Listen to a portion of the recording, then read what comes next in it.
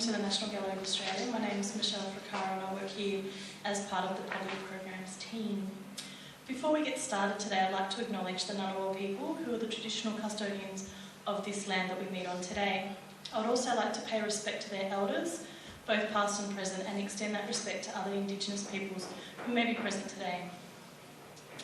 As you are no doubt aware, the National Gallery is in the middle of a major building project, and while all attempts have been made to ensure quiet for this program, we do apologise if some unexpected noise may be heard during the tour. Before starting today's program, I'd like to remind visitors to please turn off your mobile phones. And now to today's speaker.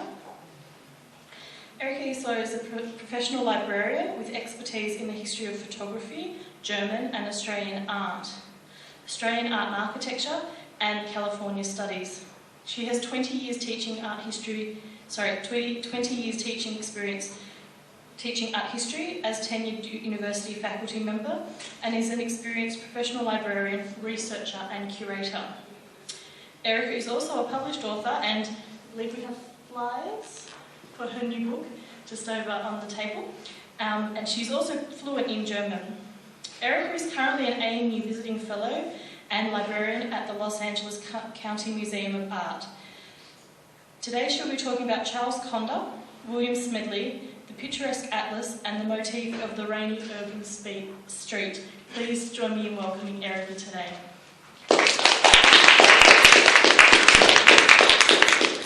Thanks, Michelle. Michelle also points out to me that she was in my first year class. That was way back when. So it's very nice to be here today and to see some familiar faces.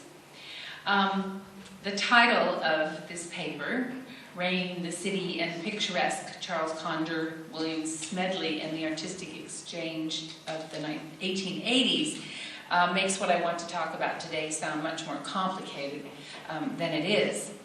Can the lights go down? Yeah, they're coming down now. No, not that one. There. All right. The concerns that prompted this very modest iconographic analysis grew out of the research that I carried out while writing my book, Images of the Pacific Rim, Australia and California, 1850 to 1935, for which the flyers are over there. And particularly as I wrote my chapter on the picturesque industry of the 1880s. Now, the point was the book was supposed to be out by now, but we've had enormous numbers of delays. It will be out in probably in about August. Now, by using the term picturesque, the picturesque industry, I'm referring to the production, specifically for the purposes of my book, in Australia, of the monumental volumes, the Picturesque Atlas of Australasia. And anyone who did take my class on Australian art at the ANU will remember we had an entire session just discussing the Picturesque Atlas of Australasia. And I'm going to assume that some of you are at least a little bit familiar with this major accomplishment. In doing this study, I was looking at the Picturesque Atlas of Australasia and in connection with a much less accomplished book on the other side of the Pacific, Picturesque California. And here's the cover for Picturesque California with the iconic California bear, and an example from the frontispiece of the kind of prints that were included in these very big forerunners of the coffee table book, is what most of these were.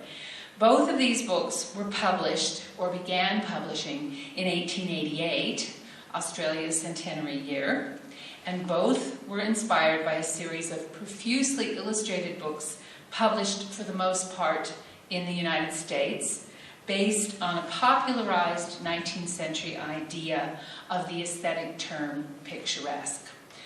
There was Picturesque America, Picturesque Canada, Picturesque Europe, and many others.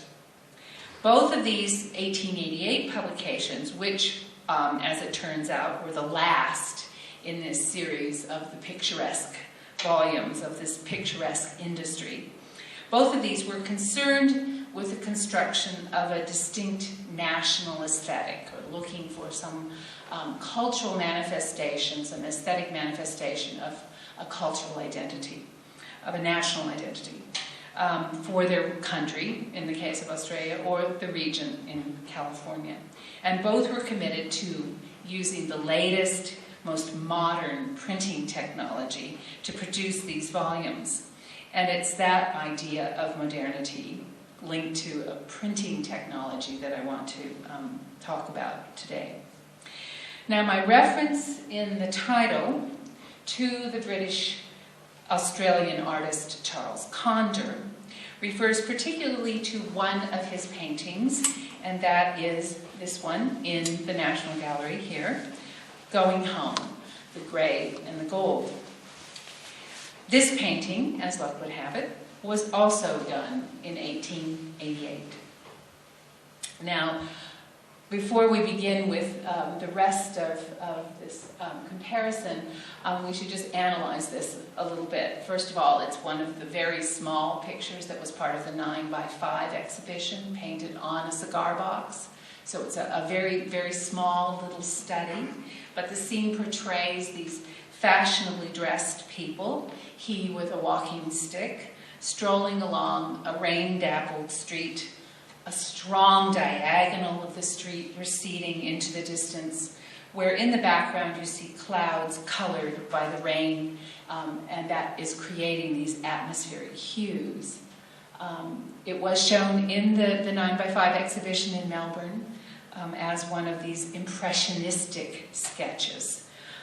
That's the reason for the reference to this 9x5. Other motifs to keep in mind, along with the rain-dappled street, the walking stick, the idea of fashionable people promenading, these atmospheric effects, is also the woman and her hourglass figure.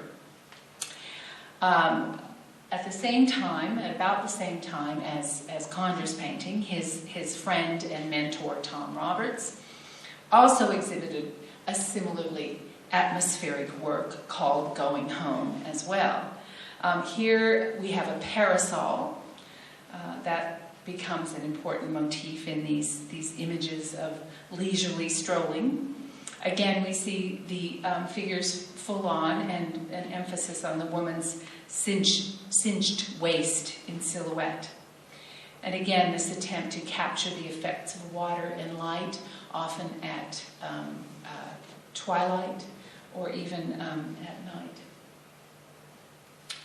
Now, Conder's most successful painting while in Australia also deals with these atmospheric effects and rainy reflections. This is his departure of the SS Orient Circular Quay of 1888, showing figures on the quay also carrying umbrellas in the rain, their forms reflected in the wet surface. Now, Conder's method of painting in all of the standard writings about Australian art always referred to the general inspiration of James Whistler and to the direct influence in Australia of the visiting Italian painter Girolamo Nerli. This is Nerli's painting of 1890, Rainy Night, down in Melbourne. Now, again, we see some figures walking, rather atmospheric effects, and added to that is that reference to some kind of light, some kind of illumination at night. So you see the bulbs of the effect of the bulbs as they're walking. Now, Nerli, who was in Melbourne only briefly, he did paint rainy scenes, and he brought the ideas of the Italian painters of the time, the Macchiaioli, to Australia. That is indeed true. He did do that. As one critic wrote at the time, as a teacher, Nerli helped to relax Conder's style, introducing him to a wet and wintry palette, and Australian Impressionism was underway.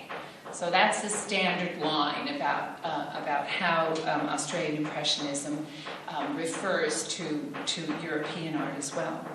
The historian Ursula Hoff would refer to this legacy as the Nerliesque umbrella. So the umbrella becomes that important motif. So we want to remember those tropes, those iconographic elements: the rain, the umbrellas, the silhouetted women, and this idea of strolling.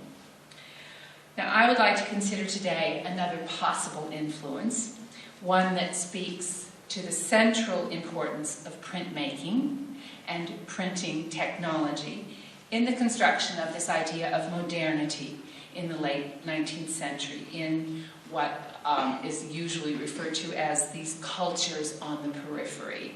By that I mean Australia and California.